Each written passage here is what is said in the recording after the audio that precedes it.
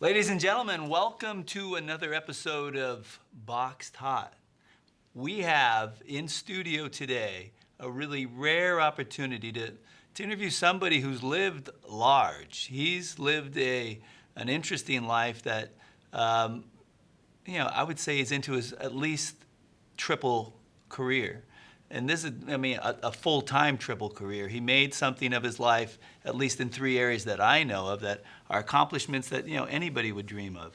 So we have Ronald S. Barak, who I've come to know as Ron, and he's really been a celebrated athlete as a young adult. We're going to learn about, and then he moved into law. He's really a celebrated trial lawyer, and now he's literally, and this is my real interest to have him here. He has the ability, which we all do, to take the future by the, it's like taking the bull by the horns and forcing the physical body to manifest what the mind deems it to do. And most people do it the other way around. They allow the body to tell the mind what to do. I'm going to do that tomorrow. But he's created his future by focusing on a new career. And that new career is nothing other than the loneliest job in the world, novel writing. And so we have somebody who, is onto a career that's blossoming. He's been really rewarded by, I think, some really lavish results for a first time. And now are we second book or third book? Where are we at? The second is launching, and the third one is approaching launch. So what set it off was this one. This is just by its own title. How timely is this? The Amendment Killer. And this became, how fast did that become a bestseller? It took about 4 or 5 months. And what can you tell me inspired this first book? Put me in the place, that space where you turned yourself into a semi-retired lawyer and got the gumption to put yourself into a mode that, face it, trial lawyers, lawyer, especially a guy who has to put on a performance, this type of thing isn't foreign. But to actually go this deep, how many pages is this? 500, a little 500 pages. That's a commitment that most people couldn't even dream of. So what inspired it? Well, what inspired it was a dare from one friend in front of a bunch of others. And liking to think of myself as a pretty good lawyer, I pretended I didn't hear the dare and quickly changed the subject. This was at a lunch with a number of people. And I was heaping some criticism on a very successful author who I enjoy reading very much, but he had written an undisclosed trilogy. And I got to the end of the first novel and there was no closure. And I was being critical of that. And so my friend said, well, if you're such a smart so-and-so, why don't you get out of the back seat and show us what you can do? Wow, well, that's a serious challenge. Take that. Well, I pretended not to and managed to escape the lunch without any further reference to it. You didn't make a deal. No, but I came home and I told my wife, I think I have to try and write a novel. And that turned into The Amendment Killer. Wow. Now, let me back up a little bit. That's incredible all by itself, just the spark, that was a catalyst enough to move you into a space that you thought you can do it. So it must have been something in you, probably your whole life, that you aspired to, but just never thought there was a reason, and this sparked it. Could you tell me just a little bit? I want to regress a little. I like always starting from a beginning point, and that was, where did you grow up? And tell me what your parents did and what school you attended and how you made it into college. Well, I grew up, I was born and raised in Los Angeles. I went to Hamilton High School. My father was a businessman and a real estate investor. My mom was a homemaker. I went from Hamilton High School to USC. I was a physics major, couldn't have been more removed from the idea of being an author or a writer. And when I finished undergraduate school, I couldn't think of wanting to go out and find a job, so I went to law school because that would buy me another few years. And I came out of law school and started writing. Wow. Started practicing law. The writing came much later. Oh, right, right. You didn't start. You started writing for law. Yes. Your cases. So there was writing. There's a lot. Tell me, is there a lot of writing as a trial lawyer? Oh, absolutely. Yeah, it is. So I mean, the mission of actually putting things to paper is something that you can't avoid as a trial lawyer. Well, that's absolutely right. You write, but it's very different than the kind of writing you do as a novelist. Right. When you're writing as a lawyer, it's pretty dry, and it's pretty see Dick run.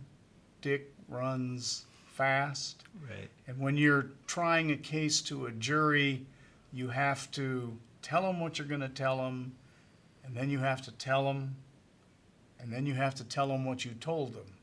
You don't get to do anything like that when you're writing a novel. Right. Could you? You did pass over something I think is pretty important. Your athletic career. Could you tell us a little bit about that and where that led to? The biggest kind of the biggest culmination of that, and people that you met along the way. Well, I found my way to gymnastics quite by accident.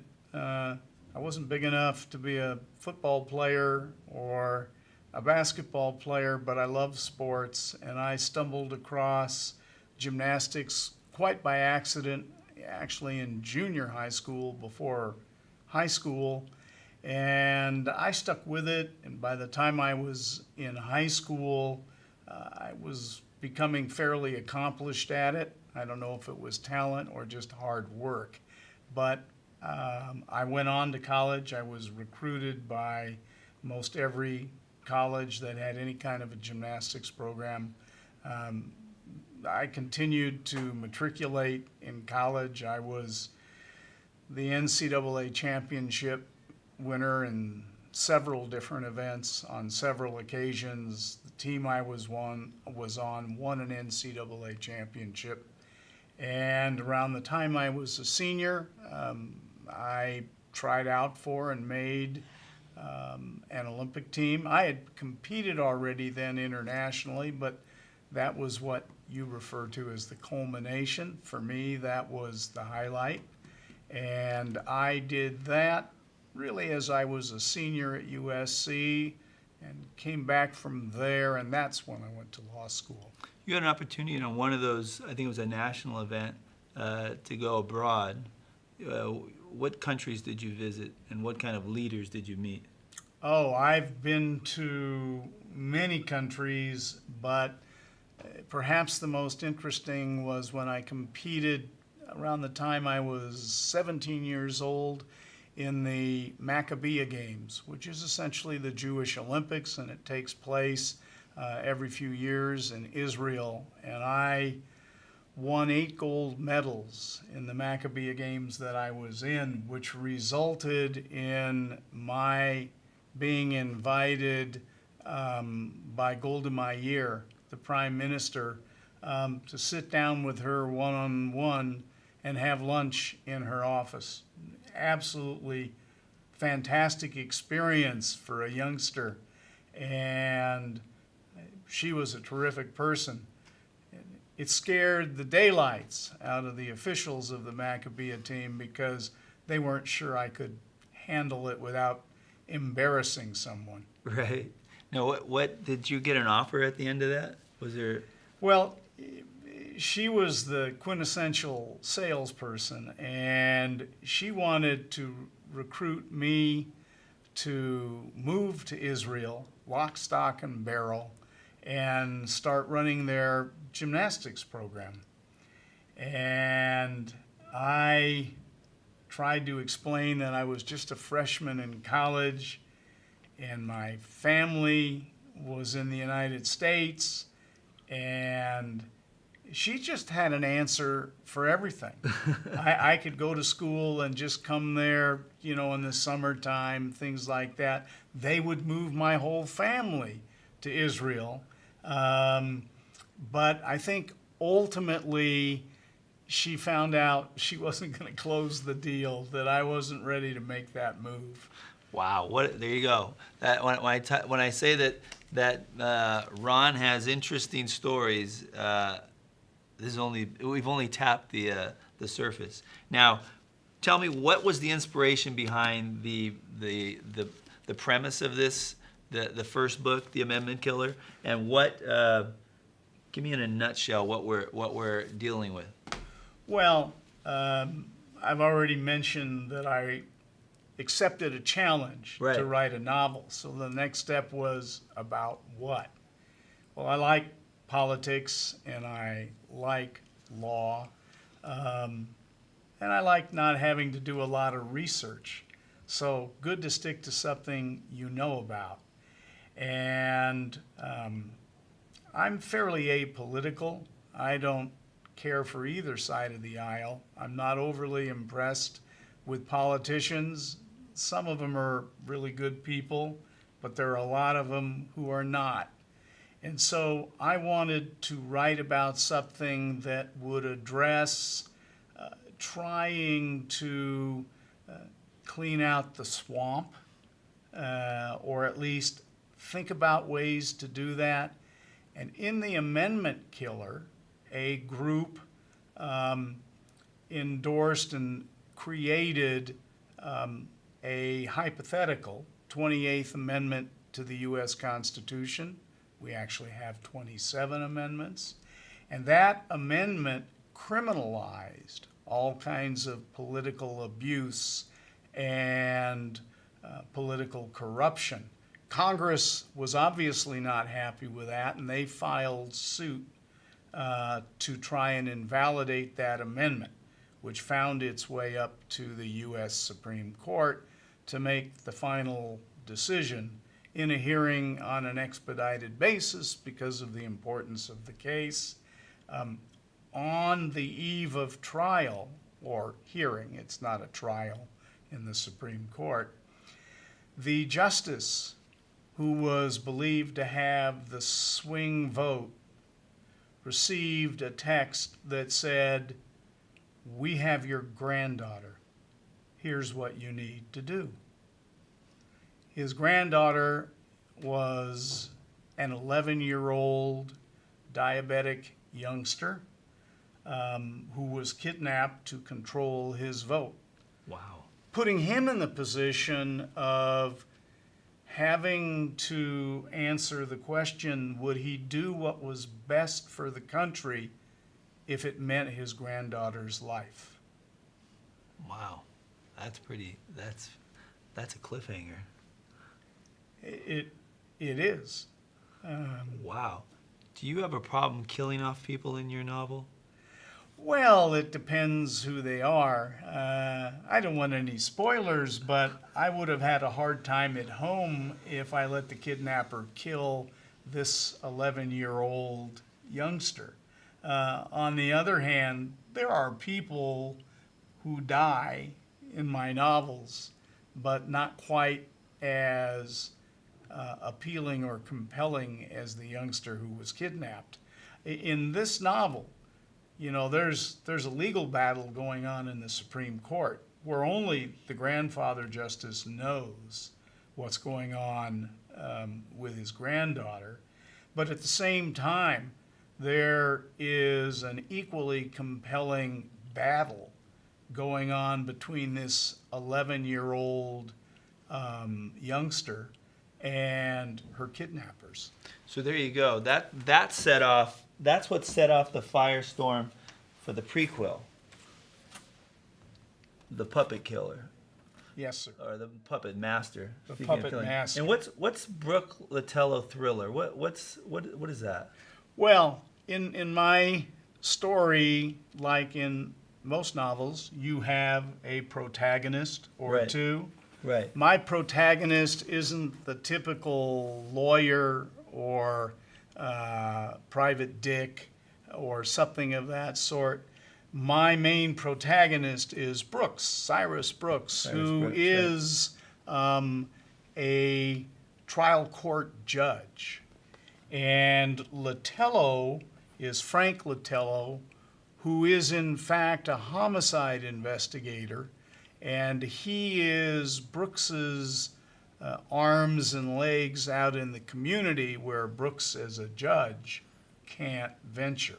Right, like Master and Blaster. Could we roll real quick to the Puppet Master little clip where we've got the little promo?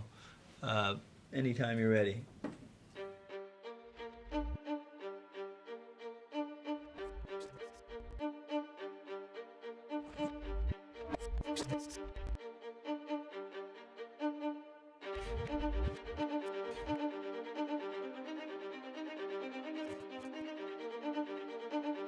They might as well have struck me down dead. They say I'm crazy to do what I've done.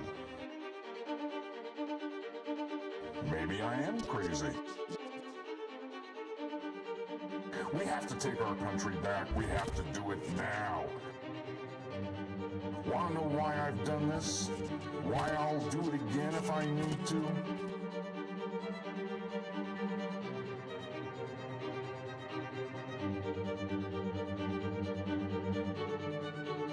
Have you ever killed anyone?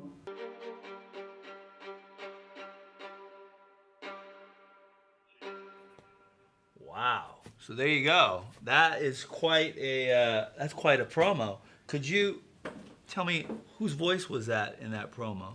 Well, the promo's voice is mine. It's yours. Yes. Wow, that's pretty cool. You even got the voice. For little clips, little Right. short stuff. Right. I thought about narrating the audiobook Right. of my novels. That's too much of a task for me. That's a big job. But a little trailer, that was sort of a fun experience to do. I like doing things I haven't done before. Yeah. Tell me now, give me some of the insight to the Puppet Master. What's the driving theme, and how does it prequel the Amendment Killer? Well, the driving theme is a vigilante serial killer who is assassinating corrupt politicians. My theme is there. Those corrupt politicians hanging out in the swamp in D.C. What's gonna happen? I mean, just now that we're having this little discussion, here we got this book. It's, people are picking it up at airports. They're picking it up at the holidays. It's a big thing. It's kind of the blueprint to, like, maybe somebody becoming that person. Would you feel at all guilty if all of a sudden there was in the news, just national, international news, that there's some serial killer cleaning out the swamp? Well, I'd feel better if the 28th Amendment in the Amendment Killer was adopted in the real world and did some good. I wouldn't take any great pride in thinking that somebody tried to copy the vigilante serial killer in the Puppet Master, but it's just fiction. It's just fiction, of course. I mean, this could easily be a movie. I mean, have you been approached yet by Hollywood? I've been approached. Nothing that has consummated itself in any way, but people talk about it, and I am told that it generally takes 3 novels in a series to have enough content to support one of these limited edition TV series. And so my third novel Payback is about half completed, and we'll launch in about a year. And I then will have those 3 novels, and obviously it would be very rewarding and satisfying to see myself or my products on TV or in film. It was exciting seeing the audiobook for The Amendment Killer, hearing someone actually give voice. Well, that's half to a movie. my voice. Right. And Yeah. that's where audio, you start to understand how important the sound is, right? That's 50%. Absolutely. You could, this brings it all to life, like radio, especially for, people like me and you have a real appreciation for audio. Just a little insight for somebody inspired to write a novel. What kind of advice do you give for anybody aspiring to write? Do it. I mean, that, sounds like a Nike commercial, but basically do it. I speak a lot to various groups, and I get the question, how did you start writing, and how could you do something like that? And I usually try and turn it around and say, why don't you? Don't you think you have a story inside you? That's the starting point. I was a physics major in college. I never had a creative writing class. So when I quietly accepted that first challenge, I didn't know the difference between pace and point of view and voice and things of that sort. I just started writing. But you pick it up. Right, you learn. pick it up. Well, you hit on something because you keep hitting back to physics. And physics is something, I have a genuine interest in. I'm interested in quantum mechanics. I'm interested in the manifestation of just orientating your thinking and changing the results by focus. And there's a whole new study of physics that has to deal with, I want this, I see it, I'm going to put my attention on this, and that the physical form will manifest from the imaginary form. And before you know it, you're sitting at a place like this talking about something that you only imagined. And here we are. Ladies and gentlemen, you have to get, we don't have the fresh copy to the Puppet Master, but you'll have these for sale too, I imagine. Yeah. At the book signing. There's a big launch that's going on for the Puppet Master. It's going to be Sunday, October 14th, 3 to 4. Our very own Ronald S. Barak will be there on hand to talk, to give a little insight. And anything you want to add to that? Just to say that it's being hosted by Diesel Books in the Brentwood Country Mart, right at San Vicente and 26th in the dividing line between Santa Monica and Brentwood, California. There you go, ladies and gentlemen. Ronald S. Barak, the Puppet Master. Thanks for coming Absolutely. into Studio A. Thank you for having me. All righty, gentlemen. Till next time, we will see you, and remember, it's the imagination that forms your future. Take care.